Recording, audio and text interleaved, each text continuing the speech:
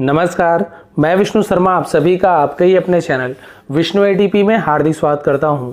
और जैसे कि आप सभी को मैंने बोला था कि मैं लेकर आने वाला पीडीएफ मैं लाया हूं, लेकिन ये उसका आप समझ लीजिए ट्रेलर है। जी हाँ, इस प्रकार का पीडीएफ आपको प्रोवाइड करने वाला हूं। यदि आप कमेंट करते हैं कि हाँ सर ऐसी पीडीएफ आप प्रोवाइड कीजिए, तो मैं ऐसी 10-10 स्टोरी की एक पीडीएफ बनाऊंगा और आपको लिंक दे दूंगा, आप डाउनलोड कर लेंगे और वहां से आपको बहुत ज़्यादा फ़ायदा मिलने वाला है। जैसे कि आप यहाँ पे देख सकते हैं, मैंने पीडीएफ बनाई है। आप इस प्रकार से हॉरिजॉन्टल भी इसे देख सकते हैं। देखिए कितना अच्छा है, जूम करेंगे बहुत ही क्लियर दिखेगा। हो सकता है आपका भी जो नेट है वो अभी स्लो हो तो आपको उतना क्लियर नहीं दिख रहा हो, लेकिन जब आप पीडीएफ का लिंक डाउनलोड करेंगे ना, तो आप क्या करेंगे, वहाँ से बहुत ही आपको ये क्लियर आपको दिखने वाला है। ठीक है, तो आप ऐसे हॉरिजॉन्टल कर सकते हैं या फिर वर्टिकल देखिए, वर्टिकल में भी आपको बहुत ही क्लियर यहाँ पे आपको दिखने वाला है। आप जूम कर सकते हो, देख सकते हो, इस प्रकार से भी आप यूज़ कर सकते हो। मोबाइल के बिल्कुल साइज़ में मैंने आपके लिए बनाया है। इस प्रकार से आपको जैसे पढ़ना सही लगता है आप इस प्रकार से पढ़ सकते हैं। और इससे फ़ायदा क्या होगा आपको तो पता ही है। फ़ायदा आप देख सकते हैं, यहाँ पे आपको वर्ड दिख रहा होगा इंग्लिश का, उसके नीचे आपको हिंदी दिख रहा होगा। जो ब्लू में है वो इंग्लिश में लिखा हुआ है, उसके नीचे मैंने रेड में बिल्कुल हिंदी में लिख दिया है, ताकि आपको वर्ड टू वर्ड मीनिंग भी पता चले। कई जगह इंग्लिश और हिंदी का उसका क्या होता है, बिल्कुल वर्ड टू वर्ड नहीं होता है, लेकिन आप समझ जाओगे। जैसे यहाँ पे देखिए, टाइटल को देख लीजिए, the weight of a pumpkin. तो वेट यानी होता है वजन, लेकिन यहाँ पे एक कद्दू लिखा है, इसका मतलब ये नहीं कि वेट का मतलब एक कद्दू होता है। तो इंग्लिश में क्या होता है, कुछ कुछ आगे पीछे होता है, इसका जो स्ट्रक्चर है वो अलग है हिंदी से। तो कई बार ऐसे होता है, कई बार नहीं होता, लेकिन आपको आराम से पता चल जाएगा कहाँ पे क्या मीनिंग है।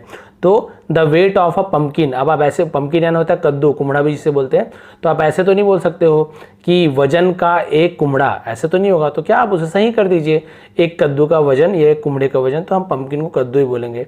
तो एक कद्दू का वजन, ठीक है। तो इस प्रकार से क्या होगा, जो इंग्लिश में लिखा हुआ उसका नीचे मैंने हिंदी में भी लिखा हुआ, बहुत ज़्यादा आपको फ़ायदा इससे होने वाला है। और इसके नीचे मतलब इंपॉर्टेंट वर्ड नहीं दिया हुआ है। क्यों नहीं दिया है, क्योंकि भाई यदि आप इंग्लिश सीखने के लिए आए हैं तो आपको मान के चलिए आपके लिए तो हर वर्ड इंपॉर्टेंट होगा और सभी वर्ड की मीनिंग मैंने लिखी हुई है, तो आपको अलग से कुछ जानने की ज़रूरत ही नहीं, क्योंकि वर्ड की मीनिंग तो नीचे मैंने लिखी दिया है। चलिए ट्रांसलेशन स्टार्ट करते हैं। और सबसे पहले कर देंगे वीडियो को लाइक, कमेंट जरूर करेंगे आपको चाहिए कि नहीं चाहिए। तो अब देखते हैं, अ वेट ऑफ अ पंपकिन, एक कद्दू का वजन। पहला लाइन देखते हैं, वन डे यानी एक दिन। देखिए, अ टीचर, एक शिक्षक, वॉज गोइंग, जा रहे थे। अ टीचर वॉज गोइंग यानी एक शिक्षक जा रहे थे।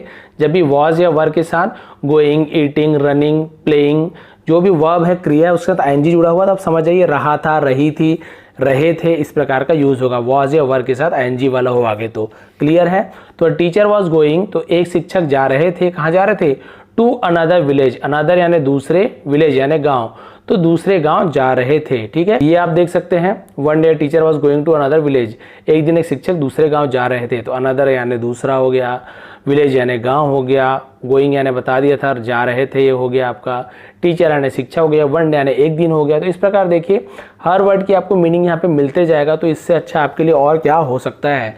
सेकेंड देखते हैं, स्टोरी छोटी सी आपको डिटेल में बता दूंगा।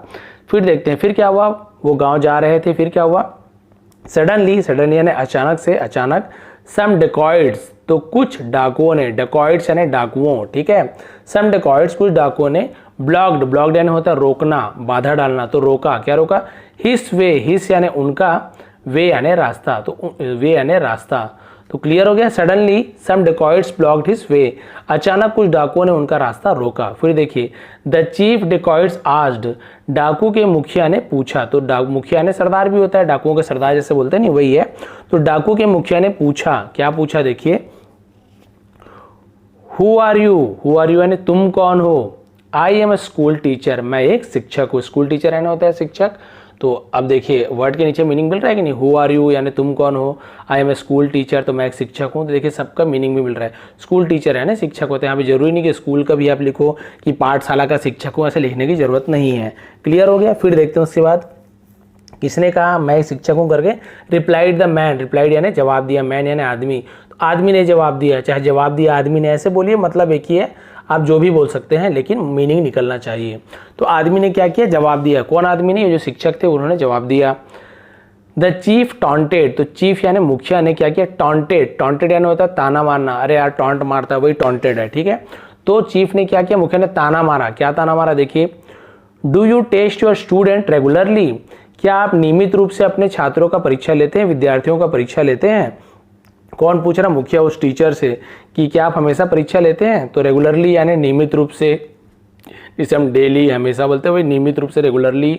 स्टूडेंट यानी छात्र या फिर विद्यार्थी। टेस्ट यानी होता है परीक्षा लेना। ठीक है, तो क्लियर हो गया आपका, हर वर्ड का मीनिंग आपको मिल गया। अब वो पूछ रहे हैं कि आप अपने बच्चों का हमेशा एग्जाम लेते हैं, और क्या बोल रहे हैं उसका देखिए। I think it is time somebody tested you too, the other agreed. I think मेरे विचार से, आई थिंक यानी मेरे विचार से, इट इज टाइम ये समय है, इट इज टाइम यानी ये समय है, समबडी, समबडी यानी कि कोई, समबडी यानी कोई, टेस्टेड, टेस्टेड यानी परीक्षा लेना, यू टू यानी तुम्हारी भी, यू यानी तुम्हारी, टू यानी भी, तो देखिए तुम्हारी भी, टेस्टेड यानी परीक्षा। द अदर अग्रीड, अन्य सहमत, सहमत यानी होता है राजी। ठीक है, हुए, तो द अदर अग्रीड यानी अन्य सहमत हुए या फिर अन्य राजी हुए। तो क्लियर हो गया। I think it is time somebody tested to you the other agreed, मेरे विचार से समय है कि कोई तुम्हारी भी परीक्षा ले, और बाकी जो लोग थे डाकू वो भी सहमत हो गए, हाँ हाँ परीक्षा लेनी चाहिए, सर की परीक्षा लेनी चाहिए। अब देखिए क्या परीक्षा ले रहे हैं वो लोग। अब डाकू क्या बोल रहा है देखिए। सो यानी होता है तो, the chief picked up a large pumpkin, मुखिया ने एक विशाल, लार्ज यानी होता है विशाल, बहुत बड़ा, पम्पकिन यानी कद्दू, तो जो मुखिया ने पिक्ड अप यानी होता है उठाना। ठीक है, तो पिक्ड अप पास्ट टेंस है इसलिए उठाया बोलेंगे। तो मुखिया ने एक विशाल कद्दू उठाया, बहुत बड़ा कद्दू उठाया। He gave it to the school teacher, उसने उसे स्कूल शिक्षक को दे दिया। तो ही गेव, गेव यानी दिया। ठीक, गिव यानी देना, गेव यानी दिया, तो गेव यानी दिया, देखिए मैंने लिखा हुआ दिया, द स्कूल टीचर यानी स्कूल शिक्षक को दे दिया। क्लियर हो गया, वर्ड का मीनिंग भी आपको पता चल गया और सेंटेंस का भी मीनिंग आप ट्रांसलेट कर चुके हो। तो उसके बाद देखते हैं क्या हुआ। अब मुखिया को कद्दू दिया और क्या बोला उसका देखिए, बहुत बड़ा कद्दू दिया डाकू ने टीचर का टेस्ट लेने के लिए। अब क्या बोल रहे हैं देखिए, ही सेड यानी उसने कहा। देखिए कितना फायदा होगा आपको। Guess the weight of this pumpkin, guess, guess करना था, अनुमान लगाना, अंदाजा लगाना, अंदाजा लगाओ। द वेट यानी वजन, वजन का, किसका, ऑफ दिस पम्पकिन, दिस यानी इस, पम्पकिन यानी कद्दू। तो अब इसे आगे पीछे करके सही कर दीजिए। गेस द वेट, अनुमान लगाओ वजन, of this pumpkin, of this pumpkin, इस कद्दू का, तो सही कर दो, इस कद्दू के वजन का अनुमान लगाओ। ठीक है, आपको आगे पीछे कर सकते हो, वर्ड का मीनिंग आपको सही निकलना चाहिए। उसका देखिए, वी विल वेट, यहाँ पे टी छूट गया, we will weight it afterwards. ठीक है, तो वी विल वेट, तो हम क्या करेंगे, इसका वजन करेंगे। तो बाद में, बाद में आफ्टरवर्ड यानी बाद में। वी विल, हम करेंगे, विल फ्यूचर टेंस में होता है, तो देखिए लिखा हुआ करेंगे, वजन यानी वेट। तो क्लियर हो गया, आपको हर वर्ड की मीनिंग समझ आ गया। वो यही बोल रहे हैं कि ये कद्दू का वजन बताओ, और बताओगे वजन, उसका हम भी वजन करके देखेंगे कि आप सही बता रहे हो कि नहीं, और यदि नहीं बताते हो तो क्या होगा, देखिए लिखा हुआ है। और क्या बोल रहे हैं देखिए, इफ़ यू आर राइट, यदि आप सही हो, I will let you go unharmed, मैं तुम्हें जाने दूंगा। आई विल, तो गा फ्यूचर टेंस है, मैंने जैसे बताया। यू गो अनहार्म्ड, अनहार्म्ड यानी होता है बिना कोई नुकसान के, कोई नुकसान पहुंचाए जाने दूंगा। क्लियर हो गया। इफ़ यू ऑल राइट यानी यदि तुम सही हुए तो मैं तुम्हें बिना कोई नुकसान पहुंचाए जाने दूंगा। बट यानी लेकिन। इफ़ यू आर रॉन्ग, यदि तुम गलत हो, तो यहाँ पे रॉन्ग, डब्लू साइलेंट होता है, डब्लू आर एक साथ होता है तो डब्लू साइलेंट होते, केवल इसको पढ़ते रॉन्ग, डब्लू को नहीं पढ़ते। यू आर रॉन्ग, यदि तुम गलत हो तो you will get 100 lashes with this whip. ठीक है, यदि तुम गलत हो तो क्या होगा, इस चाबुक से 100 कोड़े मिलेंगे। तो 100 लैसेस, तो 100 कहाँ लिखा हुआ है, 100 लैसेस यानी कोड़े, तो 100 लैसेस यानी 100 कोड़े मिलेंगे, किससे, विद दिस वेप। तो विथ यानी से, किससे, चाबुक से। तो वेप यानी क्या होता है, ऐसे वेप ऐसे पढ़ते हैं, चाबुक, तो चाबुक से तुम्हें 100 कोड़े मिलेंगे। तो आपको क्या क्या वर्ड जानने मिला, 100 लेसेस यानी 100 कोड़े, वेप यानी होता है चाबुक। तो नए नए वर्ड का मीनिंग आपको ऐसे ही जानने मिल रहा है। तो ये क्लियर हो गया। उसके बाद देखिए, अब वही बोल रहे हैं, यदि आप सही बता दिए कद्दू का वजन तो भी हम तो आपको जाने देंगे बिना कोई नुकसान पहुंचाए, लेकिन यदि आप गलत बताते हो कद्दू का वजन तो हम आपको 100 कोड़े मारेंगे इस चाबुक से, शिक्षक को बोल रहे हैं। फिर क्या हुआ देखिए, नाउ यानी अब, द टीचर, शिक्षक ने, थॉट यानी सोचा, तो थॉट हार्ड यानी बहुत सोचा, हार्ड यानी वही होता है बहुत ज़्यादा सोचना कड़ाई से, तो उसे हार्ड बोलते हैं। थॉट हार्ड यानी बहुत कड़ाई सोचा, बहुत सोचा। एंड रिप्लाइड, और जवाब दिया, रिप्लाइड यानी जवाब देना। ठीक है, शिक्षक ने बहुत सोचा और जवाब दिया। द पम्पकिन वेट, यहाँ पर भी टी छूट गया मेरे से, the pumpkin weight exactly as much your head. ठीक है, द पम्पकिन वेट यानी कद्दू का वजन एग्जैक्टली यानी होता है बिल्कुल, एग्जैक्टली यानी बिल्कुल, as much your head, as much your head मतलब होता है बिल्कुल तुम्हारे सिर के बराबर, एज मच योर हेड यानी बिल्कुल सिर के जैसे ही, सिर के बराबर ही, तो वहाँ पर एज मच योर ऐसे यूज़ करते हैं। जो क्या बोल रहे हैं, शिक्षक ने दिमाग लगा दिया और बोला कि कद्दू का जो वजन है तुम्हारे सिर के बराबर ही है। अब देखिए क्या दिमाग लगा रहे हैं। फिर क्या हुआ, सर यानी महोदय वही बोल रहे हैं, टीचर ही बोल रहे हैं, now this could be proved, अब ये तभी साबित हो सकता है, ठीक है, नाउ यानी अब, दिस कुड बी यानी सकना, ठीक है, तो सकता है, सकना, प्रूव्ड यानी होता है साबित होना, तो अब यह तभी साबित हो सकता है, ओनली यानी केवल तभी, इफ द डेकॉइड्स यदि, ठीक है, इफ यानी जब या फिर यदि, द डेकॉइड्स जब डाकू के head was remove from his body, dacoit's head, तो डेकॉइड्स हेड यानी क्या होगा, डाकू के, काकी के, कॉमा लगाना यहाँ पे देखिए, तो काकी के, किंग्स होता तो राजा के, तो डेकॉइड्स हेड डाकू के सिर को क्या करना होगा, remove from his body, remove यानी हटाना, क्या करना होगा, उसके सर से अलग करना होगा, हटाना होगा, हिज बॉडी यानी उसके शरीर से। अब देखिए दिमाग लगा दिए, बोले भाई ठीक है, मैं तो बोल दिया हूँ कि ये कद्दू का जो वजन है आपके बिल्कुल सिर के बराबर है, लेकिन भाई आपके सिर का वजन कैसे करेंगे हम, आपके सिर को तो शरीर से काट के तौलना पड़ेगा, तभी तो सिर का वजन होगा ना, डायरेक्ट तौलेंगे तो आपका पूरा वजन आ जाएगा। अब देखिए टीचर ने भाई दिमाग लगा दिया। अब क्या हुआ देखिए, अब स्टोरी खत्म होती है यहाँ पे देखेंगे। फिर क्या होता था, चीफ लाफ्ट, मुखिया हंसा, तो लाफ्ट यानी हंसना, चीफ तो आपको पता चल गया, मुखिया हंसा और क्या बोला, टू शो दैट यानी ये दिखाने के लिए, मुखिया दिखाने के लिए हंस रहा है। भाई जब कोई हार मान जाते हैं, जैसे हम लोग, या फिर कभी हमें मतलब हमारी बेइज्जती हो जाती है, हम ऐसे मजाक में बोल देते हैं ना, अरे ऐसी मजाक के लिए बोल रहा था यार, मजाक में बोल रहा था, ऐसे बोल देते हैं। वही ये यहाँ पे मुखिया क्या बोल रहे हैं देखिए, the chief laughed at to show, तो मुखिया हंसा ये दिखाने के लिए, टू शो यानी दिखाने के लिए, दैट यानी कि it was all a joke, it was यानी ये था, क्या था, सब यानी ऑल एक मजाक यानी अ जोक, ठीक है, क्लियर हो गया आपको, हर वर्ड का मीनिंग बता रहा हूँ, इसे डिटेल में बता रहा हूँ। वो हंसर बोला ये सब तो एक मजाक था, and let the teacher go unharmed, और शिक्षक को बिना किसी नुकसान के जाने दिया।